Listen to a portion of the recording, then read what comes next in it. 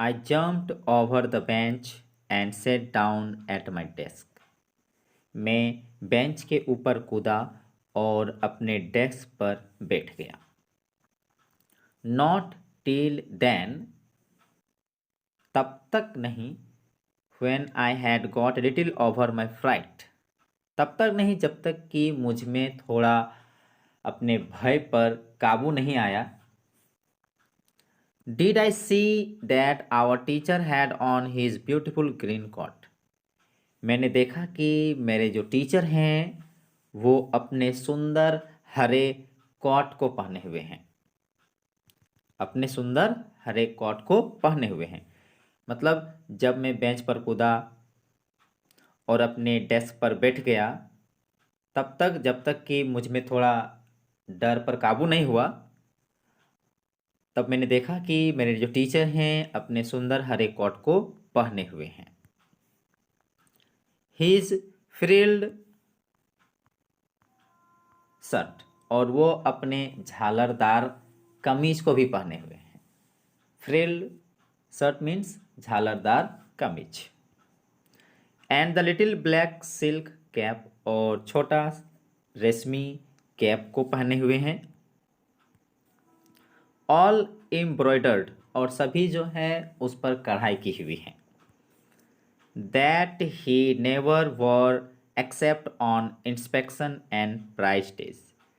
वे इन सभी पोशाकों को केवल इंस्पेक्शन के समय, निरीक्षण के दिनों में और प्राइज के दिनों में पहना करते थे.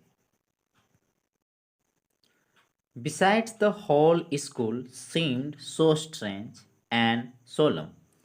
इसके अलावे मतलब टीचर को जो देखें वो सब तो बहुत अलग था ही. इसके अलावे क्या था कि पूरा स्कूल जो था अजीब दिख रहा था और पूरा गंभीर सा दिख रहा था.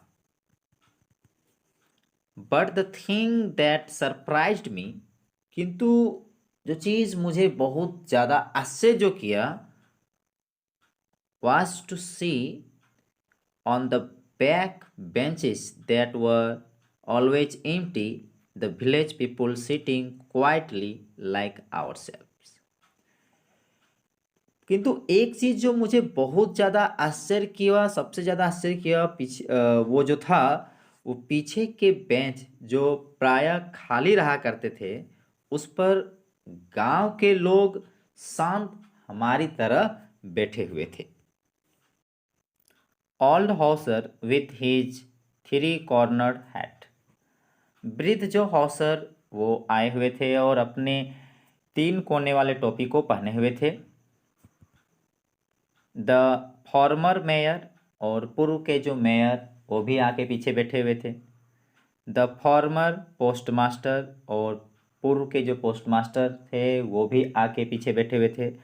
And several others beside. इसके अलावे और भी बहुत सारे लोग थे जो पीछे के बेंच पर जो प्राय खाली रहा करते थे उस पर बैठे हुए थे. इन सभी को देख के लेखक को बहुत अधिक आश्चर्य सा होता है. Everybody looked sad. हर एक कोई उदास दिख रहे थे. And Hauser had brought an old primer. और हॉसर जो थे अपने साथ एक पुराने प्राइमर को लेकर आए थे जो बच्चों की जो वर्ण बोध की जो पुस्तक होती है उसको लेके आए हुए थे. Thumbed at the edges. और बार बार प्रयोग होने के कारण क्या हुआ था कि उसके किनारे खराब हो गए थे. And he held it open on his knees with his great spectacles lying across the pages. तो हौसर जो थे वो पुस्तक को अपने घुटनों के पास खोले हुए थे और अपनी जो बड़ी बड़ी चश्मे से पेज पर नजरें गड़ाए हुए थे.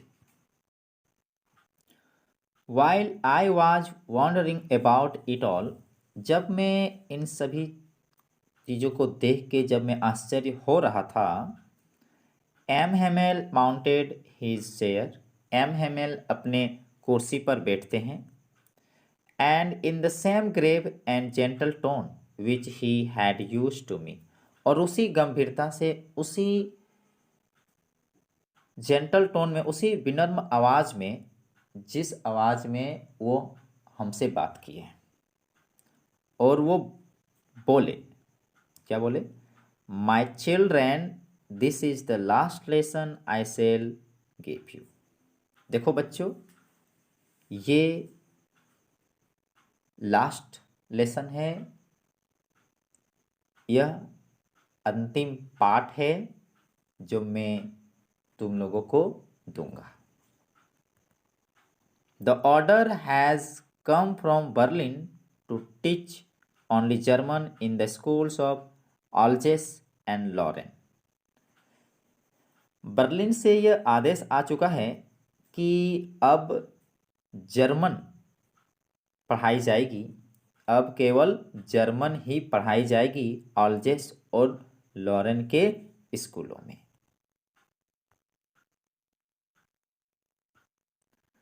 The new master comes tomorrow, कल नए टीचर आएंगे। This is your last French lesson, और यह तुम लोगों का अंतिम फ्रेंच का पाठ है। I want you to be very attentive, मैं चाहता हूँ कि तुम सभी बहुत अधिक ध्यान दें। What a thunderclap these words were to me, ये जो शब्द जो थे मेरे लिए वज्रपात की तरह लग रहे थे। एमएमएल ने जो शब्द बोले, लेखक को ऐसा लग रहा था जैसे कि वो शब्द वज्रपात हो। Oh the wretches, that was what they had put up at the town hall. Oh दुष्ट आत्मा, तो वो यही चीजें थे जो टाउन हॉल में उन लोग लगा रहे थे। माई लास्ट फ्रेंच लेसन, मेरा अंतिम फ्रेंच का पाठ। वाई, क्यों? I hardly knew how to write, मैंने मुश्किल से सीखा था कि किस तरह लिखा जाता है, और ये मेरा अंतिम फ्रेंच का पाठ है। क्यों? I should never learn any more, मैं और अधिक नहीं सीख पाऊंगा, मैं और इससे ज़्यादा और अधिक नहीं सीख पाऊंगा। I must stop there then, तब मुझे अवश्य वहाँ रुक जाना चाहिए था। Oh how sorry I was for not learning my lessons, मुझे बहुत दुख हो रहा था कि मैं अपने पाठों को नहीं सीख रहा था। फॉर सीकिंग बर्ड्स एग्स, बस चिड़ियों के अंडे के लिए मैं अपने पाठों को नहीं सीख रहा था, मुझे बहुत दुख हो रहा था। और गोइंग स्लाइडिंग ऑन द सार, और सार पर फिसलने के लिए जा रहा था और मैं अपने पाठों को नहीं सीख रहा था, मुझे बहुत दुख हो रहा था। My books that had seemed much A nonsense a while एगो, मेरी किताबें जो पहले थोड़ा मुझे काफ़ी बकवास लग रहा था। सो हैवी टू कैरी, ले जाने में मुझे बहुत ज़्यादा भारी लग रहा था। My grammar and my history of the sun, और संतों के जो इतिहास की जो किताबें, वर ऑल फ्रेंड्स नाउ, अब मुझे ये सभी चीज़ें पुराने दोस्त की तरह लग रहे थे। दैट कुडंट गिव अप, जिसको मैं अब त्याग नहीं कर सकता था, जिसको मैं छोड़ नहीं सकता था। एंड एम हेमेल टू, यहाँ तक कि एम हेमेल भी। The idea that he was going away, वो विचार कि वो हमसे छोड़ के चले जा रहे हैं, हमसे दूर हो जाएंगे। That I should never see him again, कि हम उसे और कभी नहीं मिल पाएंगे।